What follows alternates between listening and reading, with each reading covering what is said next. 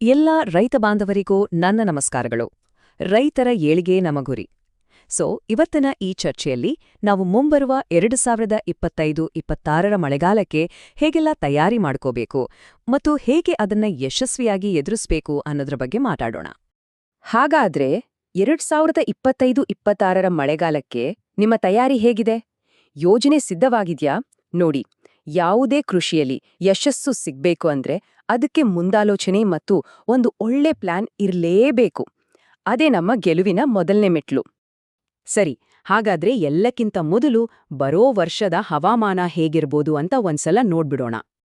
ಹವಾಮಾನ ತಜ್ಞರು ಏನ್ ಹೇಳ್ತಿದ್ದಾರೆ ಅಂದ್ರೆ 2025-26ರಲ್ಲಿ ಎಲ್ ನಿನೋ ಅಂತಾರಲ್ಲ, ಅದರ ಪ್ರಭಾವ ಜಾಸ್ತಿ ಇರೋ ಸಾಧ್ಯತೆ ಇದೆಯಂತೆ. ಇದು ನೇರವಾಗಿ ನಮ್ಮ ಮಳೆಗಾಲದ ಮೇಲೆ ಪರಿಣಾಮ ಬೀರಬಹುದು.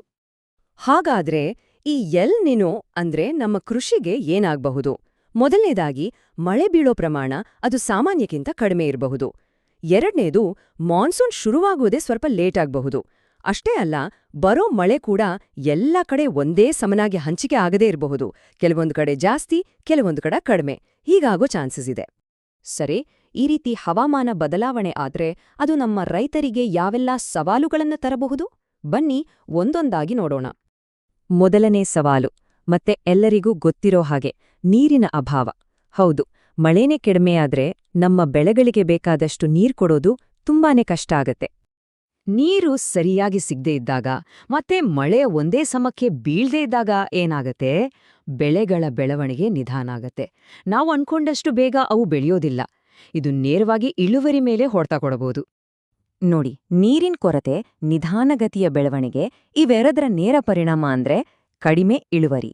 ಅಂದ್ರೆ ನಮ್ಮ ಒಟ್ಟು ಉತ್ಪಾದನೆಯಲ್ಲಿ ಘಟಾಳೆಯಾಗುವ ಅಪಾಯ ಇದ್ದೇ ಇರುತ್ತೆ. ಅಯ್ಯೋ, ಇಷ್ಟೆಲ್ಲ ಸವಾಲುಗಳಿದೆ ಅಂತ ಚಿಂತೆ ಮಾಡೋದು ಬೇಡ. ಯಾಕಂದ್ರೆ ಇದನ್ನ ಎದುರಿಸೋಕೆ ನಮ್ಮತ್ರ ಒಂದು ಸ್ಪಷ್ಟವಾದ 4 ಹಂತಗಳ ಒಂದು ಆಕ್ಷನ್ ಪ್ಲಾನ್ ಇದೆ. ಬನ್ನಿ, ಈಗ ಸಮಸ್ಯೆಗಳನ್ನ ಬಿಟ್ಟು ಪರಿಹಾರದ ಕಡೆಗೆ ಗಮನ ಕೊಡೋಣ. ಹೌದು, ಪರಿಹಾರ ಖಂಡಿತ ನಮ್ಮ ಕೈಯಲ್ಲೇ ಇದೆ. ಸರಿಯಾದ ಪ್ಲಾನಿಂಗ್ ಮಾಡ್ಕೊಂಡ್ರೆ ಎಂಥದ್ದೇ ಸವಾಲ್ ಬಂದ್ರೂ ನಾವದನ್ನ ಧೈರ್ಯವಾಗಿ ಎದುರಿಸಬಹುದು. ಆ ಪರಿಹಾರ ಅಂದ್ರೆ ಈ 4 ಪ್ರಮುಖ ಹಂತಗಳು. ಇವೇ ನಮ್ಮ ಯಶಸ್ಸಿನ ಕೀಲಿ ಕೈಗಳು. ಬನ್ನಿ, ಪ್ರತಿಯೊಂದನ್ನು ಸ್ವಲ್ಪ ವಿವರವಾಗಿ ಅರ್ಥ ಮಾಡ್ಕೊಳ್ಳೋಣ. ಮೊದಲನೇ ಹೆಜ್ಜೆ, ಬೆಳೆಗಳ ಆಯ್ಕೆ. ಇಲ್ಲಿ ನಾವು ತುಂಬಾನೇ ಜಾಣ್ಮೆಯಿಂದ ವರ್ತಿಸಬೇಕು. ಅಂದ್ರೆ ಕಡಿಮೆ ನೀರಲ್ಲಿ ಬರಗಾಲವನ್ನು ಸಹಿಸಿಕೊಂಡು ಬೆಳೆಯುವಂತ ಬೆಳೆಗಳನ್ನ ಆಯ್ಕೆ ಮಾಡ್ಕೋಬೇಕು. ಉದಾಹರಣೆಗೆ ಜೋಳ, ಸಜ್ಜೆ, ತೊಗರಿ, ಕಡಲೆ ಇವೆಲ್ಲ ಈ ತರದ ಪರಿಸ್ಥಿತಿಗೆ ಹೇಳಿ ಮಾಡಿಸಿದ ಬೆಳೆಗಳು. ಎರಡನೆಯದು, ನೀರಿನ ನಿರ್ವಹಣೆ. ನಮ್ಮ ಹತ್ರ ಇರೋ ಪ್ರತಿಯೊಂದು ಹನಿ ನೀರುನೂ ನಾವು ಸರಿಯಾಗಿ ಬಳಸ್ಕೊಳ್ಬೇಕು. ಅದಕ್ಕೆ ಹನಿ ನೀರಾವರಿ ಪದ್ಧತಿ ತುಂಬಾ ಸಹಾಯ ಮಾಡುತ್ತೆ. ಯಾಕಂದ್ರೆ ನೀರು ನೇರವಾಗಿ ಬೇರುಗಳಿಗೆ ತಲುಪುತ್ತೆ, ಪೋಲಾಗೋದಿಲ್ಲ. ಅದ್ರ ಜೊತೆಗೆ ಮಲ್ಚಿಂಗ್ ಅಂತಾರಲ್ಲ, ಅಂದ್ರೆ ಹೊದಿಕೆ ಹಾಕೋದು, ಅದರಿಂದ ಮಣ್ಣಲ್ಲಿರೋ ತೇವಾಂಶ ಹೆಚ್ಚು ಕಾಲ ಹಾಗೆ ಉಳಿಯುತ್ತೆ. ಮೂರನೇ ಮತ್ತು ಅತಿ ಮುಖ್ಯವಾದ ಅಂಶ, ನಮ್ಮ ಮಣ್ಣಿನ ಆರೋಗ್ಯ. ನೋಡಿ, ಮಣ್ಣು ಆರೋಗ್ಯವಾಗಿದ್ರೆ ಅದು ನೀರನ್ನ ಚೆನ್ನಾಗಿ ಹಿಡಿದಿಟ್ಕೊಳ್ಳುತ್ತೆ.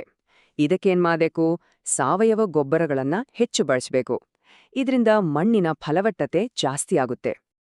ನಾಲ್ಕನೇ ಹಂತ, ಸಮಯ ಪಾಲನೆ. ಈ ಸೀಸನಲ್ಲಿ ಟೈಮಿಂಗ್ ತುಂಬಾನೇ ಇಂಪಾರ್ಟೆಂಟ್. ಮೊದಲನೇ ಮಳೆ ಬಿದ್ದ ತಕ್ಷಣವೇ ಬಿತ್ತನೆ ಮಾಡೋಕೆ ನಾವು ರೆಡಿಯಾಗಿರ್ಬೇಕು. ಒಂದು ವೇಳೆ ಮಳೆ ಬರೋದು ತುಂಬಾನೇ ತಡ ಆದ್ರೆ ಪರ್ಯಾಯವಾಗಿ ಯಾವ ಬೆಳೆ ಬೆಳಿಬಹುದು ಅನ್ನೋ ಪ್ಲಾನ್ ಬಿ ಕೂಡ ನಮ್ಮತ್ರ ಇರ್ಬೇಕು. ಈಗ ನಾನ್ ಹೇಳಿದ ಹಾಗೆ ಮಣ್ಣಿನ ಆರೋಗ್ಯವನ್ನು ಚೆನ್ನಾಗಿ ಕಾಪಾಡ್ಕೊಳ್ಳೋಕೆ ನಮ್ಮ ಉರ್ವಿ ಲೈಫ್ ಮ್ಯಾನೇಜ್ಮೆಂಟ್ ಸಂಸ್ಥೆ ಸದಾ ನಿಮ್ ಜೊತೆ ಇರುತ್ತೆ.